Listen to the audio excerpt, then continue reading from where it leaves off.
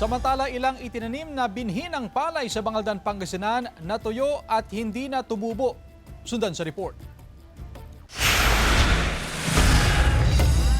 Hindi mga punla ng palay kundi halos mga damo na ang makikita sa tanimang ito sa Barangay Lanas, Bangaldan, Pangasinan. Nagsagawa si Tatay Rudy ng direct seeding ng mga binhi para sana ngayong wet cropping season. Pero kakaunti ang tumubo. Mas maraming tumubo yung mga damo. Inuulit namin, nagtatanim ulit kami. Lugi na kami ng yung pinula namin nauna. Ang itinuturong dahilan, epekto ng mainit na panahon na bunsod ng El Nino. Dahil dito muling nagbungkal ng lupa si Tatay Rudy at nagsaboy ng binhi na inaasahang tutubo pa sa mga susunod na linggo. Ang sitwasyon na ginawa ng ating mga farmer ay dry direct seeding.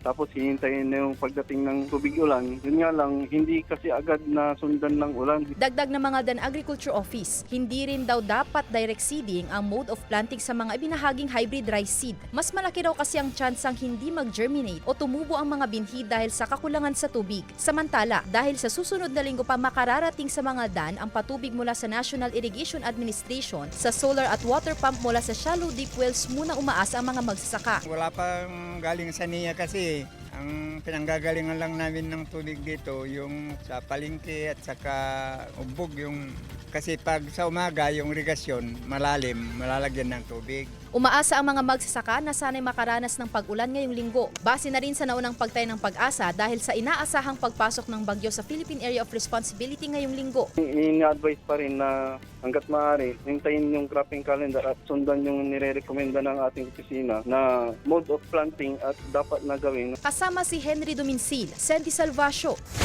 One North, Central Luzon.